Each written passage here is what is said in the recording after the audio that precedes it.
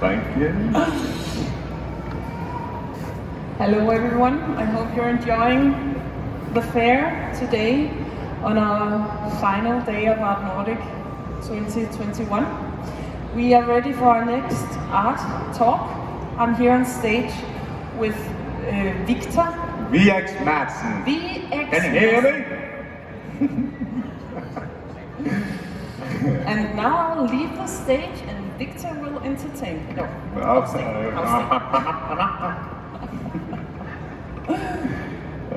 Okay. Not a lot of comedy. Hello, Victor. Okay. Hey. Thanks for being here.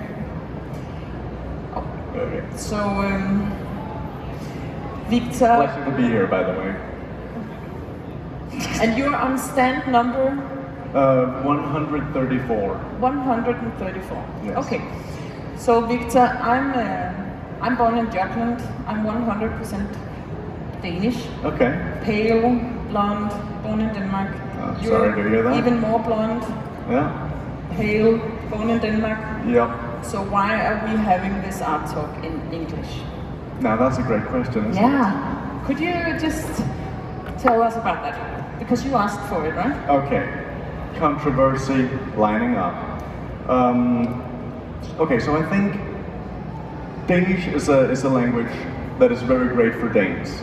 It's very great. It's absolutely perfect for Danes. But it's not very good if you have aspirations, if you want dreams to happen outside of Denmark. So my whole idea was that, hey, if I change my language, I might change my brain. Yeah. So I say, okay, what happens if I just change my language to English, and then I can understand everything outside of Denmark. I can understand videos, I can understand literature, I can understand what's going on, you know? And then I say, okay, do I want that? Do I want that for myself? Yes. So, what you're saying, if I understand you correctly, does language affect the way you experience the world? Language affects the way your brain thinks. So when I change to English, all of a sudden I'm not confined by the barrier of the social. Denmark has also a lot of social ways of doing things that are vastly different from anywhere else on the planet, right? Like we have like Jantelon, right? That's a very that's the thing that has hindered a lot of growth and innovation in Denmark, I think. And no one seems to want it, but everyone seems to enforce it. Yeah. So it's a double-edged sword. Do you enforce it? I don't think so. No, I feel like I'm actively going against it. I feel like I'm actively trying to say, hey, I'm cool. I'm not that. I don't want to be Danish. I want to be American. But it's it's a strange thing to say, hey, just speak Danish. No, I don't want to. No. So in a way, your brain is already rewired. Yeah. And you've written a book. Yeah. Right? In English, yeah. In English, yes. Yeah. Could you just explain to the audience what this book is about? Right. So it's called American Poetry, and it's a collection of poems within different categories of what's happening in our world. So we have death, we have money, we have love, we have all these kinds of categories where I give my own take on a specific subject, and it's some of it is mildly amusing, and others are a little terrifying. Also in a harsh tone. If you see my art, you see there's some aggression, yet with some humor and some provocative. All those things are translated in the book as well. So it comes through my little fingers, Yeah. If that's the art as well, the whole idea and the mood and the feel goes inside the book, and it's very interesting actually to see how that whatever's portrayed on the canvas also portrays on words, right? Yeah. So yeah. So you have two different kinds of artistic language, you could say. Actually, I have more. More? Yeah, I do video also. Video? And singing. I can sing a little. Song? Dancing. Dance. Have you seen these hips? You're right there. I asked you yesterday if you would dance on stage and you said no. Okay. Ah.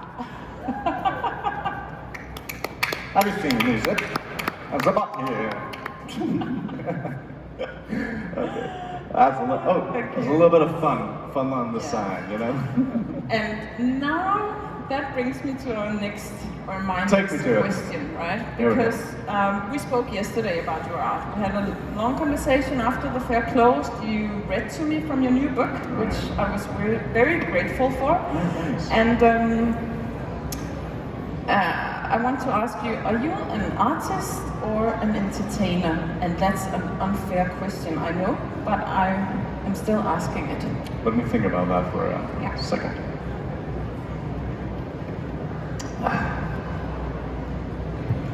Can't I be both? Yes, you can. Right? And but then you need to explain why you are both. Okay, let me explain who I am. Okay, so there is a thing where, as humans we want to categorize things so we know what they are, right? And if we say, okay, he's an artist, he's a musician, he's a comedian, then we know how to put him in a box, and we know how to handle him, and we know how to go about our own thinking.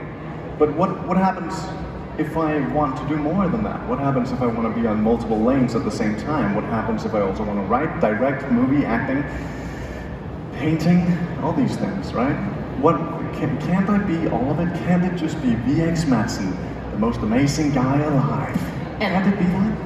Now you just demonstrated that you have left Jan alone behind. Exactly. How does it play? Guilty, Your Honor. But when I ask you about the term entertainer, right? It's because I sense very strongly that you create art not so much for yourself and your own self-feeling or worth, but you do it to help other people. Am I sensing correctly here? Are you thinking like curing the world with humor? Is that what you're doing? I guess. Maybe. One smile at a time, one erection at a time. Yeah. So you're putting your art out there for other people to enjoy, right? Yes. So, but there is also a thing where I will make a painting, and if it doesn't make me laugh or giggle or at least like, oh, that's funny, then I will repaint it. Then I will not post it or anything. I have to have the effect first. And if I have the effect, then I know it's good enough. It's good enough to be explored and seen by other people. But if I don't have it, that's where my criticism comes in. If I lie to myself, then I'll just destroy it. And other people's reactions to your works, and I know you're very active and talented on social media, because I've been following you. Other people's reactions to your art, are they very important to you, or can you distance myself? Yeah. I don't think people's meaning of me is interesting, or like it doesn't affect. Like I'm gonna keep doing what I'm doing, and if people don't like it, I can't really. I don't want to alter, Just go out of my gallery if you don't like it. Just like walk out of there. You don't have to. Because I'm thinking if it's really important for you, if your mission is to affect the world with your art, right? I'm just thinking that could be a very tough spot to be in, because then you are always observing how other people react, right? Oh yeah. But not all people like humor. Like there's a lot of people who are like, I don't like having fun. I do, and those people I don't want to communicate with those people. If they come in, what is that? I don't like it. Then get out. Close the door to the bathroom, would you? Then you just wait for the next guest or the next, Yeah. Okay. I'd like to talk to you a bit about the genre you The painted, genre. the Yep. genre, Le baguette. and the references you have in your art. Right. How would you describe your genre or style? I would say it's mostly satirical, and then there's a little bit of pop art, a little bit of street art, and a little bit of fuck you attitude. Okay. A little slice of bread. And in pop culture and street art and in your art, the pieces I've seen, there are a lot of references Yeah. from popular culture, right? Sure. Then you see Mickey Mouse and you see the character from Cereal Box. Yeah. Captain What's Crunch. his name? Captain Crunch. So there are a lot of references again to American culture because apparently your brain has been rewired. It's just Americanized. Okay. Yeah. But why is that important for you to have these references? Why use these known characters in your own So art? I have a lot of interests, spanning a wide variety of things. I like humor, I like culture pop, all that shit. But I also like marketing and how different colors, color palettes and stuff like that. American products are very interesting because they hijack anything like your mind can think that is pleasurable, enjoyable, nice tasting, all those things. Like it's subliminal seduction, right? Visual subliminal seduction. And if you can tap into that and then hijack that as well as these brands are doing, there's something interesting there because then all of a sudden you are playing on the same piano as they are, right? You are tapping into something that is a huge, industry in America, which is branding and marketing and all that. So, in terms of the Captain Crunch painting, that is the red, blue, and white color, like also the flag, right? So it has all these known elements, known colors, and So you're using the same methods as the marketing experts do, and what advantage does that give you? Could you just explain it a bit? You can hijack by that. For example, I have one down there called Entanglement, and I use like bubblegum pink and like really nice turquoise, yeah, and yellow, right? So those are also some strong candy flavors, right? The idea is that I want to confuse you when you look at that painting. You are confused because you have such candy-like emotions to that color, right? You are so familiar with bubblegum, and like pink is can also be love. It could also be like fluffy things, pillows, whatever, right? And then the blue could be ocean. It could also be like a funny package of something, I just hijack that, and then it's just an aggressive blob of things that erupt in complete aggression towards you. And now I'm giving you not what you crave, not what you want. I'm giving you something you need. You need to face whatever's on that canvas. You need to face that, right? So it's kind of there's where my interests are. It's such a deep-seated need for like, hey, can I commercialize this feeling to such an extent that you can't help but just keep looking at it. You don't know what you kind of feel. Like it would be such a. I want people to study it more than liking it. It should feel more like a dance where you try to understand yourself before you understand the painting, right? Okay, so it almost seems like your paintings are like a Trojan horse. Yeah. So you use some familiar references and to get people's attention, basically. Yeah. And then something else happens because there's a twist or there's something else. And what does that do to what do you want to do to people? See, that's a great question. So yeah, because you say they somehow you help them understand themselves. Is that maybe? Well, Yeah. that's the goal. Like you want to be able to create products or paintings. I call them products. This is a product, right? But you want to be able to create something that people actually get something out of, right? If you have an art on your wall that is not, if you're not resonating with that artwork, why even display it, right? So it has to capture something in you, right? Do you agree? Mm-hmm. Yes, I think I agree. Yeah. So you're not, to you, art is not a way of distancing yourself from popular culture. So you're not, you're not anti. No. I love it. Yeah. I love popular. Like the Kardashians are the best thing that had ever Really? happened to this planet. Yeah, absolutely. Why? Tell us Well, why. because their journey is very interesting.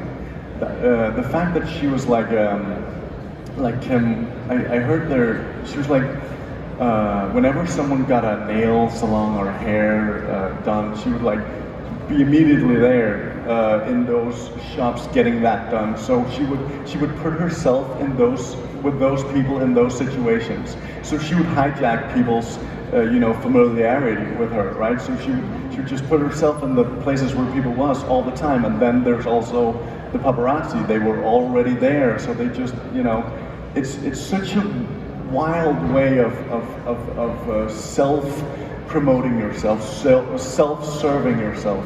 It's a wonderful way, and it's very interesting indeed. So you admire that? Oh yeah. Sounds like you admire yeah. that. Yeah. And is being in the spotlight, is that great ambition for you as well? I would love to, yeah, but Yeah. I hope I can take the heat from the bulbs. You know? Maybe I'll get a nice tan. So, I have one last question for you. With all these references, and actually, I think this also resonates in the story about the Kardashians that you're telling now. All right. There is an issue here that's quite interesting regarding originality. All right. Versus imitation or reproduction or whatever you can call it, copying. Could you tell me, is your art, in your own opinion, original or imitations? Okay, so that is a tough one. You're putting me on the spot. I know. I would say it's original, but then I can also step up on the other side and say it's nothing original. You're making Captain Crunch, you're making whatever, and Spider-Man's kissing with a tofu, Yeah, so we know tofu, we know Spider-Man, exactly. But have we ever seen them dance before? I want to say this, if there's a Marvel movie coming out like Spider-Man, tofu, Mary Jane, fuck off, here's the tofu, bring it to us, I would see that movie. I would see it so hard, and then Venom, he would come in like, I want my tofu too, man. I want my tofu too. And there would be a whole other cinematic universe, right? And then Captain America comes in. He's a spider. That's Spider-Man. Yeah. That's Spider-Man. Yeah. Captain America is more like... But I find it really interesting how you use these references and you just create new connections, right? So of course I think your art is very unique, and I'm not saying that it's imitations at all. Okay. But you're still working with imitations to create something new. That's what I'm experiencing as just a viewer of your art. I want to say it like this. I'm working with known imagery, but I'm trying to appropriate it in such a way that it's a new connection, like you say, with tofu and Spider-Man, right? But there's a difference where you have seen something online and you're like, hey, I could do that. Then you start doing it, and then it's almost the exact same thing you just saw. And that I would say goes for imitation. But me, I don't imitate in the way that, hey, Spider-Man, I'm gonna draw that exact line all the time, just like I'm original, I would rather say I'm taking a lot of inspiration and then I'm altering it through my way of doing it. And in a way, at least I've heard other people say that nothing is ever truly original, Right. because you're always inspired by something else. Right on. The Danish songwriter Rasmus Nøhr once heard this interview with him, and he said that he's never written a song from scratch. No. He starts by listening to Right. other songs, and Exactly. then he gets inspired, and Right. he takes bits and pieces from other songs Exactly. and creates something new. You see, like today, like the music is very different from the 60s, 70s. Today it's all, it feels like a formula. Wouldn't you agree? Like it's all kind of the same, but not quite, and then like feels familiar, and it's like also structurally, how the beats and all that. And I think it's because in the 90s, people figured out, oh, there's an actual way of really doing this, and now they're a hit, you know, and bam, bam, bam, and then all of a sudden people can just like do this if they know the formula, right? And now we have music that are so popular, so simple, so easy to remember, and it just sells, you know. And now, you know, but what happens then? Because then the originality fucks right off, right? Now we all get the same bland shit all the time, right? We don't get a lot of variation or a lot of new sounds. We get a lot of the same kind of, you know, sound or music, or, you know. The same and still. Yeah, it's still different, right? But it's still so the same that it's like, God damn it, why don't we hear like Black Sabbath or bands like that really, you know, Queen also for that, right? Where we just get some very you know, and I think there's something to the fact that now everything can be measured into analytics and details, and you can just see how things perform. And like musicians, they just want to make music, right? But when you see that, hey, we're a band, and you know, and no one's listening to us, like no one's gonna hire that band. No one's gonna put that in a record label, you know. Also, the record labels are fucking atrocious, you know. There's so horrible contracts to their artists. It's insane, man. But I can go into all this in another interview. That's next year's Art Talk. Right. Exactly. Yeah, we have to wrap it up, but I think this was a really interesting conversation, and I really love the way you explain your methods, using known imagery to actually create new stories and new reactions. I think that's a beautiful ambition. Thank you very much. And I wish you luck with your American adventure, but I hope you won't forget your Danish I will not forget Denmark. I'll come back to get a little bit of ride, right, with you know, a little postage on it. Thank you. Thank you very much. Thank you for having me. Thank you very much.